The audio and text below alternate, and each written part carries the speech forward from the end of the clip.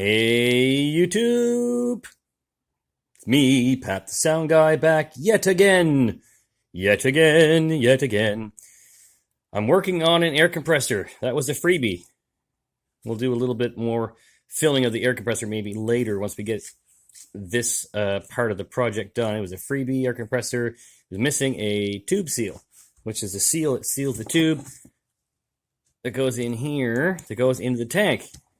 And that's why I got it for free, because they didn't really have one of those seals. And I went to the local shop that supplies the parts for that particular air compressor, which happens to be a Porter cable, I guess. Also DeWalt, same thing. Anyway, I took it apart to replace that one seal to get it running for the $2 seal. And this gasket goes on this valve train here. This goes on in here. We're making this green gasket to replace this gray one. This is basically the same idea as what you see used for exhaust gasket on small engines. Very readily. I have access to this. I don't know if I have access to this without metal inside, a sheet metal inside it. I have had pieces of this in stock by the sheet before, from the same place I get this gasket material here, which is what I want to talk about today. This stuff here, I buy this from a local gasket supply shop that supplies industry. I went in a couple of years ago to buy some gasket material because a friend turned me on to these guys because they make gaskets for everything in industry. So this stuff here, I just looked up the data sheet. I was thinking, oh, this should probably hold up. I know it was gonna, the temperature wise, it would probably hold up just fine. I was thinking, okay, but what about pressures? Well, this is a 150 psi compressor, and this gasket material, which is awesome stuff, by the way. I got to go get some more of this in a couple different thicknesses too. The max temperature on this is 700 degrees Fahrenheit. The maximum working continuous temperature is 548 degrees Fahrenheit. The maximum pressure is 1500 psi. I think this will be okay. This cuts real nice. It makes great intake gaskets for things. I would love to be able to make intake gaskets for chainsaws out of this stuff, man. It's just a really good, compressibility, and it's just, you just majorly blow away what the gaskets are made of these days, that are decent enough. But here's my trick. I do gaskets for things like this a couple of different ways. I'm sure a lot of you have seen the trick where you tap the hammer on a part to get the outline, and then just kind of cut it with the the scissors or the knife or whatever kind of knife you like, or that kind of thing, and that works just fine. And I had to do some of that with this because there's a little bit of a raised bump here for the sealing surface that digs into this gasket, and that is how I got the spacing and everything, so I could kind of judge where this gasket sat and how to get it started, and kind of did a little bit of pushing in with something bulbous. Like I have this this guy here, and I just kind of pushed in when the gasket was all one piece, and pushed in around all these edges to kind of find some of these spots and things. And then I tapped it with the hammer to get that raised edge there where this sits on. But how did I get this to match so nicely? Well, here's the trick. This spot here is for a rivet on the valves. And what I did was I kind of pushed hard on this and got that marked out, and stuck this on the part here. I kind of get ahead of myself, but what I use to match gaskets, once I got kind of things roughly cut out, what I do is I traced it out a little bit, got it cut with the knife, and then got the scissors in there. A lot of times I also use nail scissors because they are curved and they're small. You can fit in these little holes and things to kind of get in there. The trick is you take your Dremel or your rotary tool or your die grinder or whatever, put a little tiny bit on there. That's a little tiny carbide bit. It's not a very sharp one. It's not a very great, not a very hard one for cut stuff, but for this purpose, it works beautifully. So what I do is I get this started up and I poke it in there and then follow that groove around there. That's why it's great this isn't that sharp. It doesn't really cut anything. And then I just follow that space and rotor zip it out. And I've already done down here where you just kind of follow that contour and go gently until you just start kissing that casting on there. And that's how I've done this on a lot of different cylinders, like 50cc cylinders on Honda two-stroke scooters. That's been a way I've been able to cut the ports out, making new base gaskets where I didn't have the original one in good enough shape to kind of trace it. So what I used to do is I used to order a good base gasket for all my different scooter engines and all the different bike engines that are two-stroke. The base gaskets, I would buy the gasket new, then trace them on the gasket material that's the same thickness or whatever thickness I'm trying to get my compression down or up or whatever, however I'm trying to do it at that point. And then I trace them and cut them out and then use that original one as a template all the time. And I would always keep a few gaskets in stock and on hand kind of thing. When you're working on engines, you want to break it down the top end and see how it's wearing or, testing with porting or something like that.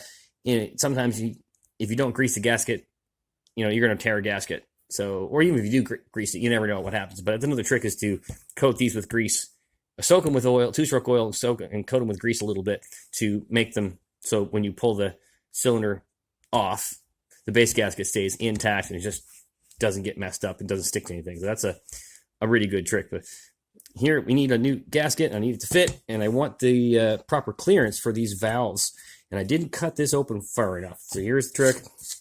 Here's the trick. We're going to get the Mr. Rotary Tool or whatever. This isn't a Dremel brand. It's the Mastercraft version of it. So anyway, we'll show you how this works. Real quick, real easy.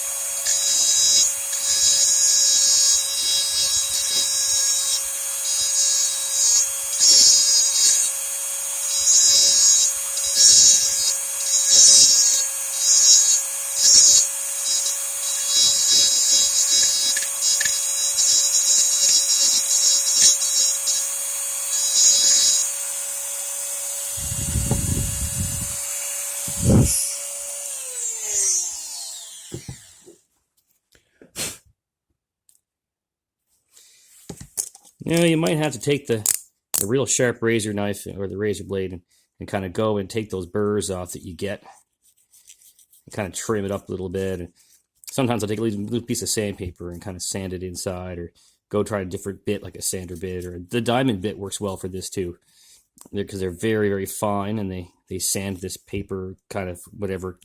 I'm not even sure if this is paper or some sort of rubbery kind of material, whatever it is.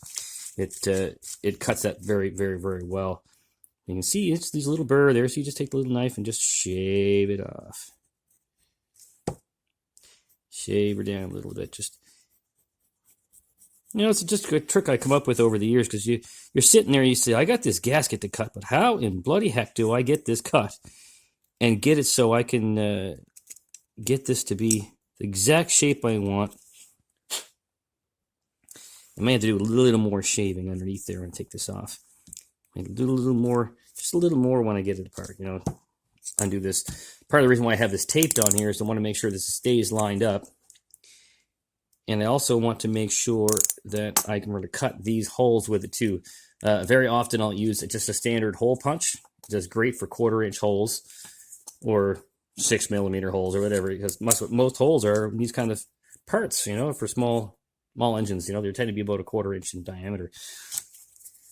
But in this case, I'm just going to cut it through with this little cutter.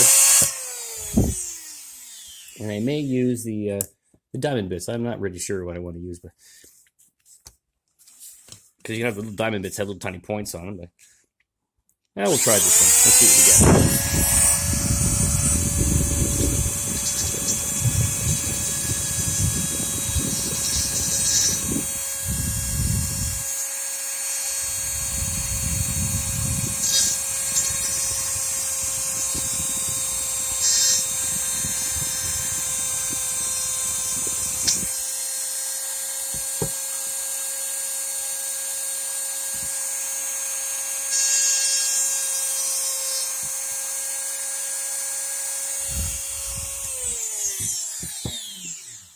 Stand by. We're going to go grab the sharper, pointier diamond bit. Stand by. All right, we're back. So I got a little diamond bit on here. I do have a full set of these. They're not expensive. I think I paid about $20 or less at the Princess Auto. You can buy them at Harbor Freight. You can buy them in the States. You can buy them on Amazon too. Yes, they're very inexpensive. See if we can get this to focus a little bit more here. Focus, please. Focus on the task at hand. Anyway, you get the idea. It's a very small, tiny diamond bit. And we're going to go and that'll poke through that hole just real nice like.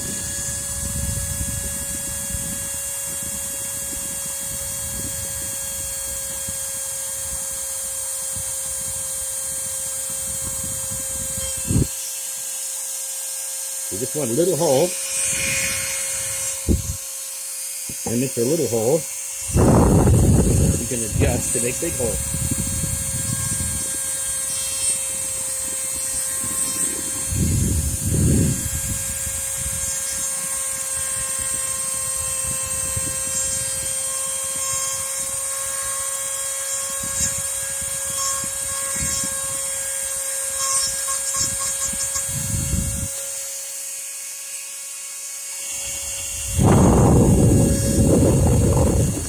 You get the idea, and that allows me to cut it in real nice.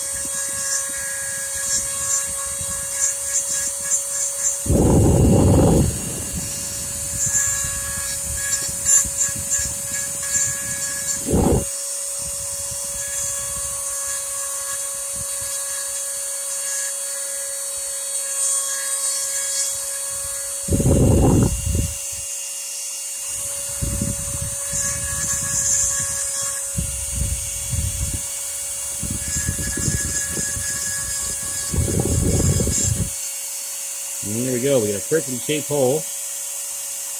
Cuberish kind of thing. And when I'm all done, what I'm also going to do before I untape all these parts along these edges here, I'm going to take that other bit and grind all this off to be, or trim it with a knife or whatever to make it match. So this gasket will match exactly on here, and it'll be as good as new, if not better than new. So we're going to keep going, and we'll come back and show you the finished product in a little bit. Alrighty then. Well, I've done a pretty good job here.